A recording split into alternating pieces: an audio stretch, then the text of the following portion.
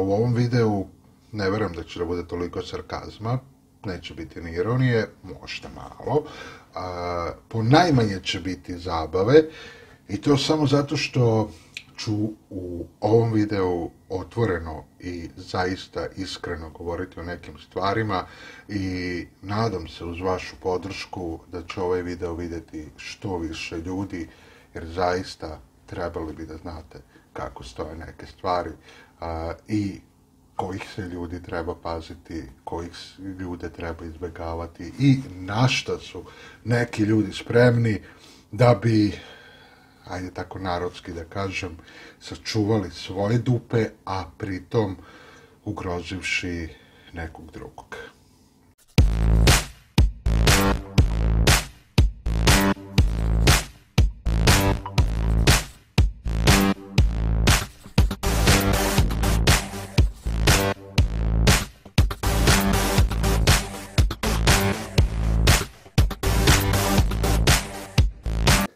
Ćao, čao. Da li ste spremni za priču o patrolnim šapama? I to ne samo o patrolnim šapama, nego o svim predstavama koje se rade na fazon dečjih predstava, a zapravo se radi nešto sasvim drugo. Ovako, ostanite do kraja i imat ćete priliku da saznate neke zanimljive stvari koje možda niste znali o ovim dečjim predstavama. Imao sam tu priliku da ove godine budem u Crnoj Gori, kao što ste to i sami vidjeli na mom kanalu, i naravno da već drugi put za redom radim ovaj vid dečjih predstava, ili kako bi se to drugačije reklo, obmana za publiku.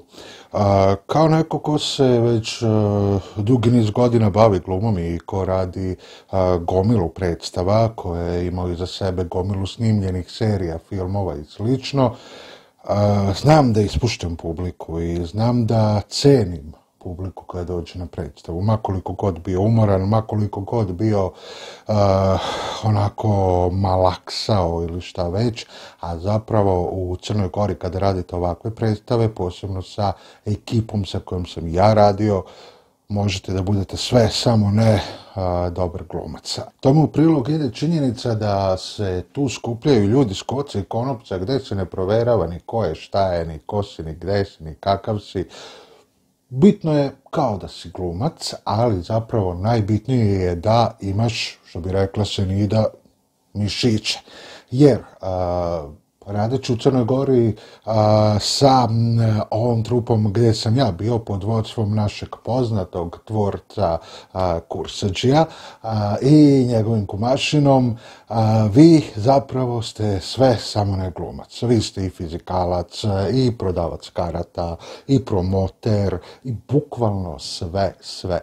I na kraju, kad onako iscrpljeni dođete na predstavu, onda trebate da date maksimum svoje snage i volje da biste tu predstavu i odigrali. Tako da, ukoliko vam se nekad pruži prilika da radite ovaj posao, dobro razmislite sa kime idete na more da radite i sa kime, naravno, se upuštate u taj posao. Jer postoji ona narodna izreka koja kaže dala baba dinar da uđe u kolo, sad bi dala 100 banki, ali nema izlaska. Na sreću, ja sam uspeo nekako taj izlaz da pronađem na malo teži način, ali dobro, Bože moj. Kao što sam rekao, tu se ne vodi računa da li ste pre svega glumac, već se vodi računa da imate mišiće i da možete dobro da potegnete i da rmbačite, kao što kaže naravno kum našeg poznatog glumca iz Kursadžija, Pantića, kaže njegov kumaši, nama ne trebaju glumci, nama trebaju rmpalije. Uvidite, upravo je u tome stvar, što su dotični uspeli da uposle jednog rmpaliju, jednog propalog roštiljđiju koji je neki kvazi folkloraš, šta li je, nemam pojma, zna 3 koraka i to mu je, onda naziva sebe folklorašem, ali pre svega neki propali roštiljđija uzet sa ulice, iz neke sirotinske neke male, nemam pojma ni ja, koji nas je sve onako udesio samo tako. Znači, čovjek nas je pokrao za sve pare. Mislim, čovjek kad se presabere, kad onako uzme svoj honorar, pa onda honorar koleginice s kojom sam radio, pa onda moj honorar kad onako sve posabere, pa bratu čovjek je izašao preko 1000 ovog leta, bravo care, svaka ti čast. Naravno, to možda nije njegova greška, jer stvar je u tome što niko nikoga ne proverava. Tamo može da ode i kuso i repato i jednostavno ljudi koji su zaduženi da provere valjda ko radi s njima, njih boli dupe, oni uglavnom rade na foru što više para, to bolje. Tako da ja kao neko ko se zaista bavio glumom i ko ceni publiku, naravno svi mi radimo neke poslove da bismo zaradili za život i to je sasvim normalno i to je sasvim u redu. Ali, voziti auto i onda vidjeti decu kako idu ka tebi i onda onako gledati u decu i komentarisati jao vidi ide 3 evrića, jao vidi ide 4 evrića, zavisi u kom mjestu je koliko karta. Jao vidi kako trčkaraju 8 evrića, jednog su 4 i jednog tamo preko puta još 4. Pa čoveče, ja znam da postoje ljudi koji su alavi na pare. I znam da postoje ljudi koji bi dupe prodali za pare.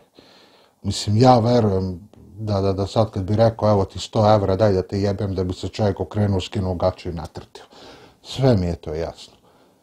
Ali neko ko radi dečje predstave, a tu istu decu naziva evrićima, ja ne znam kako da nazovem takve ljude.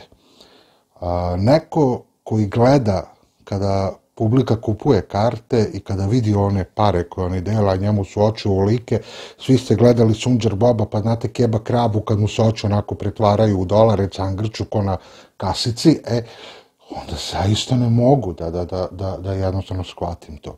Posebno tu publiku od koje sam ja dobijao ono najveće, a to nisu pare.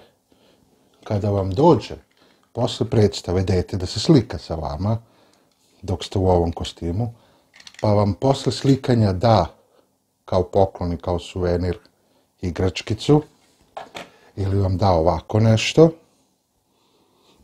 ili vam jednostavno nacrta ovako nešto, da vam i kaže Maršala, ovo je za tebe, kako onda možete da ih nazovete evrićima? Ne. To nisu evrići. To su deca koja su došla da uživaju u predstavi. I onda naravno moliš Boga da neko ne dođe 2 puta da pogleda neku predstavu. Jer, pazite, sve predstave se mahom rade šablonski. Znate, kada pogledate sve tekstove, jedan tekst, drugi tekst, treći tekst, i kada to sve pogledate, vi vidite apsolutnu sličnost između predstava. Pogledate Mašu i Medveda, pogledate Zaleđeno kraljevstvo, pogledate Sunđer Boba, zapravo sve je to rađeno na isti šablon, samo je malo preokrenuta radnja. Sad, ti ćeš u ovoj predstavi Sunđer Bob, ti si u onoj drugoj Pepa Prase i sad samo ono malo tekst modifikujemo, a zapravo sve je apsolutno isto. Pa valjda se zato te predstave i rade, da bi se uzela kinta i da bi se zajebala publika. Valjda, ne znam. Ali u cijeloj ovoj priči ovog leta zajebali smo bili mi koji smo igrali tu predstavu. Mi koji smo optuženi da smo jednostavno sami krivi što smo pokradeni. Mi za koje niko prstom nije mrdnuo, jer sad bi se neko verovatno od vas pitao zašto nisam otišao u policiju. Da, hteo sam da odem u policiju i krenuo sam u policiju, ali sam onda dobio niz ucena, pretnji i slično, tipa da se radi na crnjaka, da policija tu neće raditi ništa i tako dalje i tako dalje. I onda jednostavno da ti zamažu oči, oni te lepo uguraju par šuške malo u džep, čisto da ti onako malo zamute vid i da sve prođe tako kako je prošlo.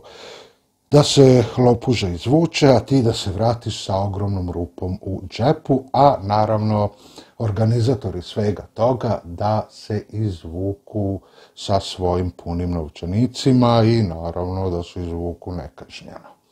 Upravo zbog toga i snimam ovaj video, jer zaista želim da upozorim ljude koji rade ovako nešto, da ako već vodite nekoga, makar to bilo i na crno, da vi imate tu odgovornost da brinete o tim ljudima. Da ne moraju samo pare da budu ono što vas zanima, ali nažalost ja znam da se to neće promeniti. Znam da će biti još očajnika koji će povučeni ovim koroniranim vremenom ili nestašicom posla u našoj branši ili čemu već prihvatati ovakve poslove. Činjenica da zarad očuvanja svoga dupeta oštetiš nekog drugog, tebe ne čini čovekom. Tebe čini jednom velikom nulom, jednim velikim govnetom. I činjenica da pokušaš da ga podmitiš posle i da mu ušuškaš pare i da misliš da se parama leče traume koje je taj neko doživeo, tebe također ne čini čovekom. Činjenica da ti si življavaš nad ljudima koji su došli pošteno da rade svoj posao. I činjenica da ti u njima ne vidiš ništa drugo nego roba, koga bičuješ, koji treba da ima ovako amove i koji ne treba da ima pauzu, koji ne treba da ima odmor, koji mora na plus 40 stepeni da se znoji i da nosi i da tegli, a ponajmanje da glumi, što jasno govori opet ono sa početka ove priče, da ti možeš da uposliš jednog propalog roštiljđiju koji će da dođe i da ga samo malo priučiš da nauči 3 rečenice i da odglumi to što treba, a zapravo ti najbolji posao radi upravo onda kada tegli, a pritom te opelješi, onda te ni to ne čini čovekom, nego te čini jednim običnim velikim govnetom. Neko ko ljude odvodi na crno da bi uštedeo pare. Neko ko publiku naziva evrićima. Neko koga jednostavno baš briga, ko nema hrabrosti da te pogleda u oči. Pošto pri celoj toj priči, kad smo se koleginice i ja našli u toj nezahvalnoj situaciji, dotični gospodin Prodanović, čini mi se, ni u jednom trenutku se nije udostojio da dođe do našeg apartmana, nego je sve obavljao telefonski. Neko ko te i pored svega toga napadne i kaže ti gomilu ružnih reči, a pritom je jeo, pio i bio ugošćavan u tvojoj kući i zna ti porodicu i gde živiš i kakav si i šta si, a onda krene da ti iznosi neke nebuloze, neko ko od lopova napravi heroja, a od žrtve napravi krivca, neka se zapita bar u jednom trenutku da li može mirno da spava. Ili san uopšte nije bitan. Ili je bitno da jastuk ne bude ispunjen mirnom savešću, nego da bude ispunjen parama sa kojima se toliko trči.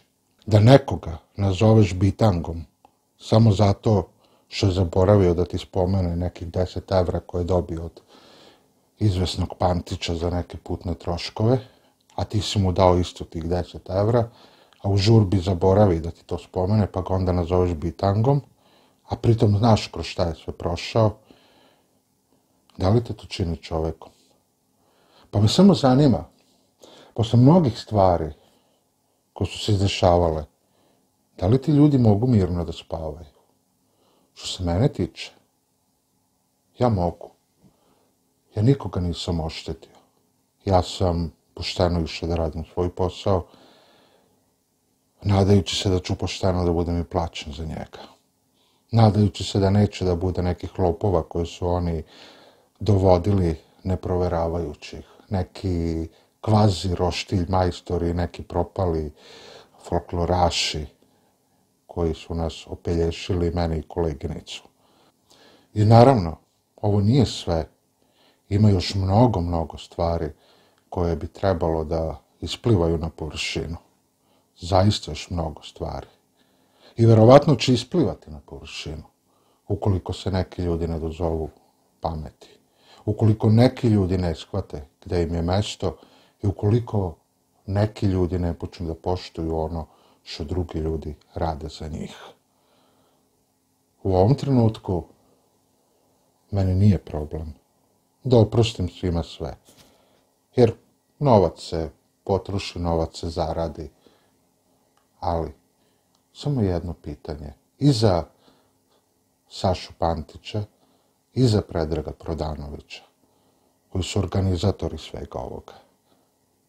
Da li ljudi mirno spavate? I koliko košta vaš san? I da li se ikada zapitate, pošto i vi imate decu, imate i ćerke, imate i mušku decu, pa me samo zanima, da li se ikada zapitate kako biste se osjetili da se neko tako ophodio prema vašoj deci i da su vaša deca prošla ovako kako su prošla nečija tuđa deca koja su išla da rade sa vama. Toliko. Gospodo, laku noć.